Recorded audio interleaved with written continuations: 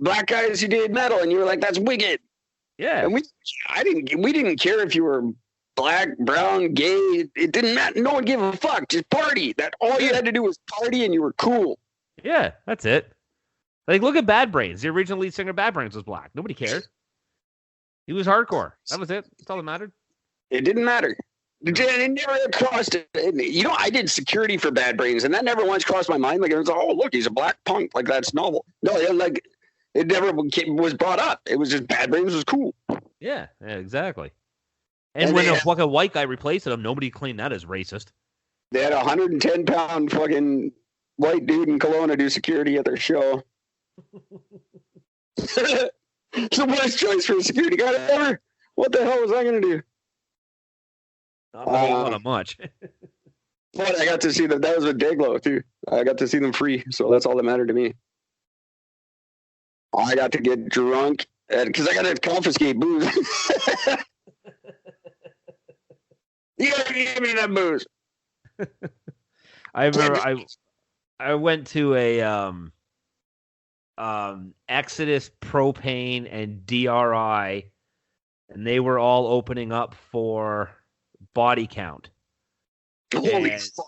Yeah, it was like it's the most hardcore show I've ever been to, and I remember just before Body Count came on, it would have been DRI, and fucking. I was up body surfing, and I had like long hair at the time, and I was up body surfing, and as I got close to the stage, I high-fived the lead singer, and then high-fived and shook hands with the guitar player, which was awesome. That was just kind of cool, a little moment. And then all of a sudden, security grabbed me by my hair and pulled me down and beat the crap out of me. They beat the shit out of me, right? Like, just for no reason either. It was fucked up. So I ended up going to the back of the... And then clearly your hometown rioted and burned down a Wendy's. Oh, yeah, absolutely. That's like the immediate reaction. Because of the horrible... because of the horrible treatment. Security beating you up was like a badge of honor. It was. No, you're absolutely right. It was. But the really fuck thing, though, like, I've had a lot of good and bad experience with some of the security guards, but so those guys were shitty. After I like sort of got like ushered to the back of the room after I got my ass handed to me by security, DRI stopped the show, and they literally said, "Bring the fat guy with the hair back again. We got to, that wasn't right. What happened to him?" So I got body surfed from the back of the building right up at the front. Got up on stage, part of the band for like the song. I didn't know any of their songs. I didn't really know them that well. I'm just like, yeah, this is awesome, sort of thing. Then I jumped down to the crowd. As I go in the crowd, the crowd had all shifted and fallen, and I was on like the outside edge of where everybody fell. So like everyone kind of fell on top of me. As everybody else gets picked up, it was all nice and orderly. It was fine. This guy comes over and he hands me his hand. Just as I grab his hand, some fucking dude came by and stomped me in the ribs with a pair of combat boots and cracked 2 of my ribs. And I had this huge boot print, and I was having problems breathing. So I went to the back of the room, and there's this one security guy. I'd seen him through a bunch of shows, so he recognized me. And he's like, "Are you all right?" I'm like, "Dude, like, I can't fucking breathe." And I show him the boot print. He's like, "All right, hang on a minute." Takes me downstairs to the beer room, hands me 5 cans of beer. He says, "I got to go and grab some stuff." He goes, "Drink these before I get back." I'm like, "All right," fucking shotgun the beers real quick, chug them down. And then he comes over and he tapes my entire rib cage up. Like a whole upper body, taped it real fucking tight, and everything else goes, "There you go. You're good for the pit now." And I went back in, caught the whole body count show, and it was awesome. And there was no riots. No. There was no protests in the streets. You took a beating from the cops, and that's what happened. And then the cops were cool. They didn't charge you with anything. I'm not saying like there was cops in your situation, but I'm saying like that's what happened. Even if you got beat up by the cops, then they didn't charge you, and you took your beating and you went home. That was Friday night. That was it. You got a story to tell for Monday when you go back to school. We didn't protest. We didn't shut things down. We just that's what happens. The cops knock your teeth out, but at least you didn't go to jail and you didn't have to call your parents. That was if your parents didn't get called, that was all that fucking mattered. There was no, I'm going to protest. I'm going to sue you. I'm going to sue the city. It was like, just don't fucking call my parents and we're good. That was so true. It's so true.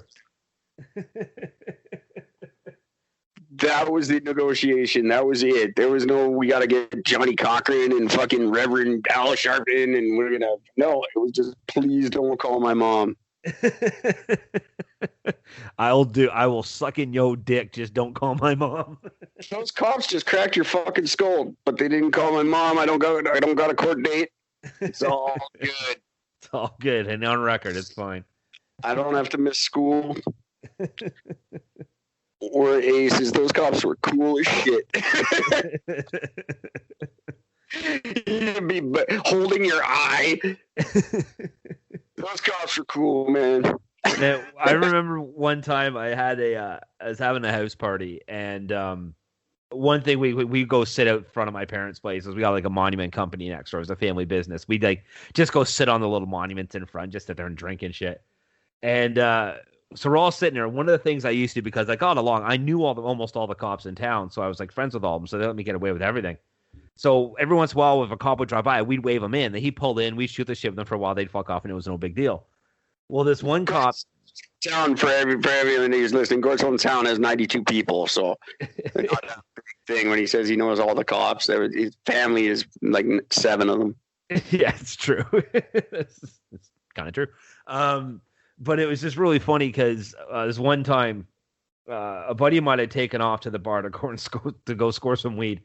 And we're sitting there and we're drinking, and we call this cop over. He's a younger guy, kind of new to the force. So we're all shooting the shit with him. He's fine. We're all underage drinking. He didn't give a shit. We're just all talking.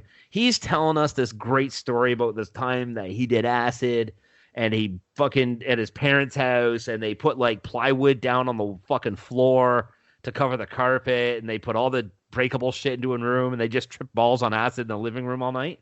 So as he's telling this story, my fucking buddy comes back from the bar, and not realizing it was a cop car sitting in the fucking driveway, he comes and goes, dude, check this out. And he throws a bag of weed across the hood of the fucking car, and it stops right in front of him. I'm just like, we all just everybody just stopped. It's like, oh no. All you kids listening, weed was illegal. Yeah, weed was illegal. And everybody's like freaking out. And the cop just looks down there, he looks at me, looks at my buddy, goes, looks at the party's picking up. You guys have a good night. Hopped in his car and left. Fuck. That will never happen again. It will never happen. Fuck that. Like, no generation gets that. We were the last who ever got anything like that. And I took full fucking advantage of it. Let me tell you. Not even that we had that like that, but like, I can't even count how many road trips we went on in the back of a pickup truck. Like, family road trips. Like, right? No fucking shoulder strap. Fuck shoulder strap. We sat on the wheel well in the back of a pickup truck. Or if you're in a car, you laid in the very back part by the back window. that was traveling. That's what you did. All the windows rolled up, and if you had a fucking station wagon, I think they came with cartons of cigarettes. Like, yeah, that was much. Now they come with, you get like free Wi-Fi or whatever. No, back then it was like you get a free carton of fucking Marlboro on the dashboard. But you have to promise to smoke them with the windows up and your kids in the window. Yeah. Hey, did you hear I don't know if it's in Ontario, if it's just Ontario, if it's Canada-wide. I think it's just Ontario. They want to make smoking in your car illegal now. Yeah, they want to do that everywhere. They just want to make smoking illegal, which is fine by me. Go ahead. I'm going to fucking do it. You're not going to stop smokers. Like at this point, who are you stopping from smoking? No one's starting smoking who isn't going to fucking smoke. Like, everybody knows it's bad. Everybody knows it's not cool. What do you just back off? Yeah. You win. You like, nobody's starting, really. It's just us old fuckers that are going to die from it. That's it. And I guess it's cool. Protect the kids, whatever. I think you're a dick if you smoke in your car anyway. Unless you're the only one who rides in your car. Then it's fine, do that, but don't smoke with your kids in the car. We shouldn't have to legislate that shit. Those people should just know. No, they want to ban smoking. Like, if you're in your car alone and you're having a cigarette, that's illegal. That's what they want to make illegal. Well, I guess in one hand it makes sense that 50% of forest fires fucking disappear then. Because that's a lot of forest fires are just people flicking their smoke out the window. I don't know of that many forest fires that have happened in fucking Ontario. Because I'm just saying. Like, that's just it. Like, make a law applicable to the area. What are you going to do? Chuck it out? It's going to hit the fucking ground and light concrete on fire? Get the fuck out of here. Here's a novel idea. Why don't we just not be fucking assholes? Why do we have to legislate everything now? Why does everything have to be a law? Why can't it just be like, maybe we shouldn't do that? Like, remember public service announcements? We used to have fucking Wayne Gretzky would go on a commercial and be like, be nice to retards. And then we would, because Wayne Gretzky said so. What was the other one? Was Astral? No, Astar, the robot. Astar, that robot. That's it. My arm fell off. I can put my arm back on. You can't. So play safe. It's like, fuck. And then I'm not going to. In Manitoba, we had the mean machines. Yeah. These are the mean machines. Watch close now and you will see. They could hurt you. That is probably the first rock song I ever liked. I remember that. There was no law. You didn't have to, it's illegal for your kids to play on the train tracks. We just had some, fucking Knight Rider would come and say, don't do it. And then we wouldn't do it. Yeah. It was just that simple. Why can't we just do that? Why does everything have to be a law now?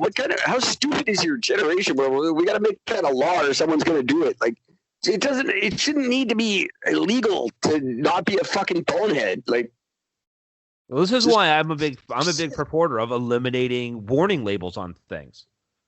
If you don't know that drinking bleach is bad for you, drink it up. Yeah, but you can't, because then the whole thing is sue. We gotta put this fucking company and anyone who's affiliated with it out of business because our kid's retarded. That's the whole new thing.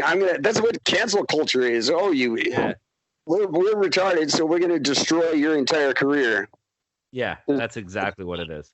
We don't understand you, so we're going to eliminate you. Yep. Like, you couldn't do it now. It would give a fuck. You think a YouTube star would get on TV and go, "Hey, don't be retarded," and people would listen? Like, no.